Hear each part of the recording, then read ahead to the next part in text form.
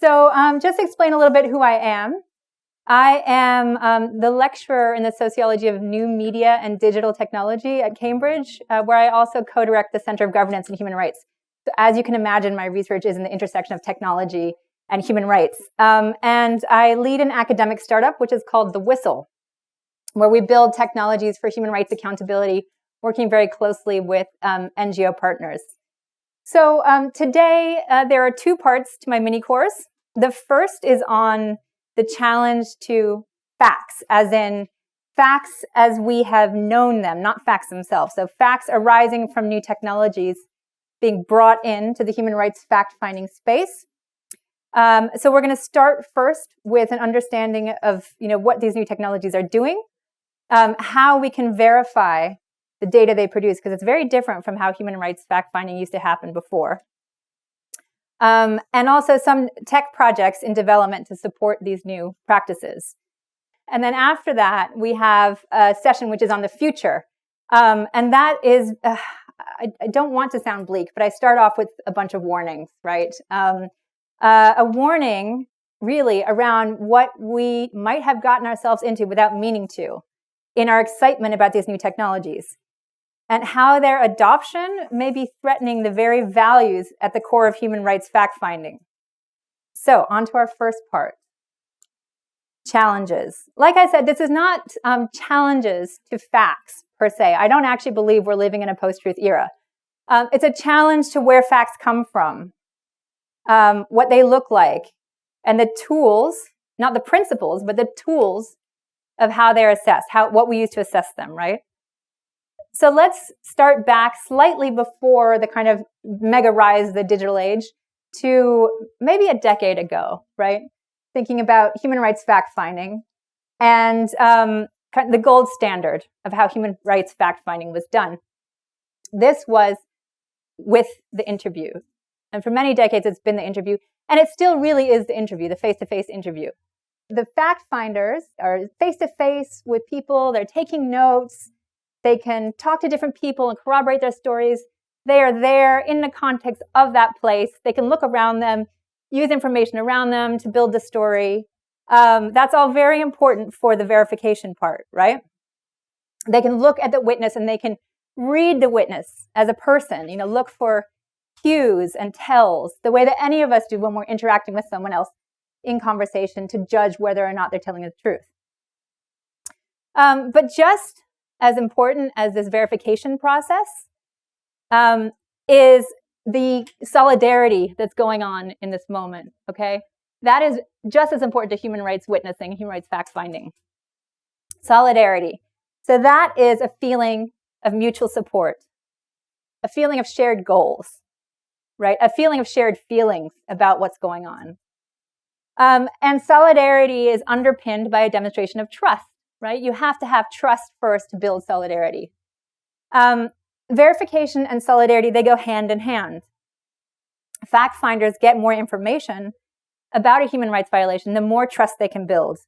And the sometimes kind of hard-nosed nature of verification, the kind of fact building, is tempered and made worthwhile by the solidarity built between civilian witnesses and professional fact finders.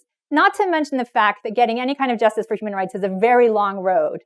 So, it is something to sustain you as you're trying to make social change.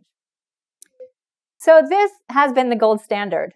And then this is called really the sort of second generation of fact-finding. The first generation was much more about documentary analysis and speaking to experts. The second one was about field visits and these interviews. And then the third generation came along a few years ago. Sorry, I forgot to give you the quote from Human Rights Watch about their interviewing process, which really goes to show sort of what it is that's involved in terms of, taking care of your witness and building that solidarity. It basically is saying that being very careful with their witnesses, they're trained to approach interviewees at the appropriate time, and they're trained to communicate with sensitivity in a setting that is secure and private. The interviewee will be informed of the purpose and the scope of the interview. Consent will be given, and the interviewee will be ensured of their anonymity. There's also something here that says that if the interviewer feels that the interviewee, that the witness is not emotionally ready to do this, they'll stop, right? There's a lot of care and solidarity built into this practice. So, like I said, this was the second generation. Now we're on to the third generation, and it's radically different. So here you have just some examples of what's going on. Of course, you have the mobile phone, right? That dramatically changed the kind, the amount, and the sources of human rights information in the world. Because suddenly anyone who had a phone and witnessed something, if they remembered in time, could take out their phone and document it. And then they could post it publicly on social media. They could send it privately on WhatsApp. They could reach out to the world with it. That's a huge change. You have satellites. So satellite images are becoming much more prevalent and much cheaper than ever before. So if there's a place you can't get to do a human rights investigation, you can still, if the conditions are right, if the kind of thing you're trying to investigate is the right kind of thing, use a satellite to figure out what's going on. So for example, if you're looking for the destruction of villages in a place where there's not constant cloud cover, it'd be harder probably here, but in a place where there's sunshine and satellites can take pictures, you can do things like before and afters and look for this. Then we have the kind of looming future that I think people in this space are both terrified about and kind of excited about because it's the new challenge, which is deepfakes and holograms, right? So deepfakes, you probably know what they are. You've certainly heard of them, I'm sure, because they're all over the news. But it's basically where audio and video can be manipulated to make people look like they're saying things that they weren't saying or doing things that they weren't doing. So this was quite famous clip of Obama where he's saying a swear word, a nasty word about his successor, something that, President Obama would never have done. But it was, it went out there, and in a way it demonstrated to us what a deepfake could do because it was incredibly convincing.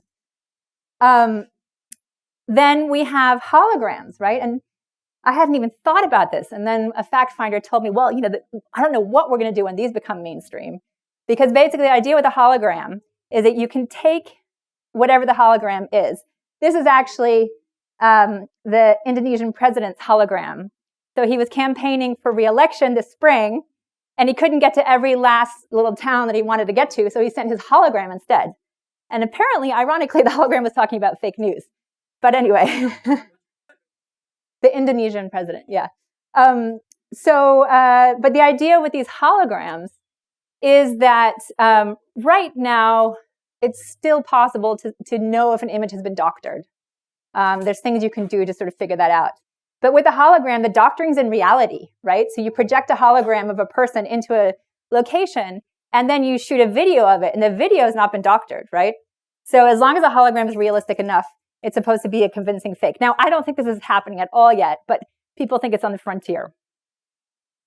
So these, you can see, are just proliferating, and they're radically different from that face-to-face, intimate relationship-building interview.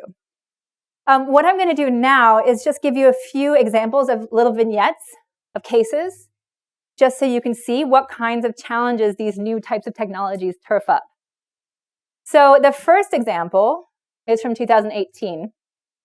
It was yet another attack in the Syrian conflict, this time in Duma, eastern Ghouta, where a bombing has left the marketplace absolutely devastated. And there's a team of student investigators, some of whom were at Cambridge with me, who are trying to identify the position of a local hospital after they located a video on Twitter showing dozens of really heavily injured individuals being hospitalized. So these students belong to the Digital Verification Corps, which is a project where Amnesty International globally is partnering with universities to train the next generation of human rights investigators. So these students are working with Amnesty to discover and verify information, to help Amnesty researchers kind of give them extra capacity to find evidence. And so they found this video, and they're looking at it, and they're pretty sure they want to say it's documentation of the results of this attack. It's been tweeted by a number of different users. Each time there's been text underneath saying that this is the victims of the marketplace bombing.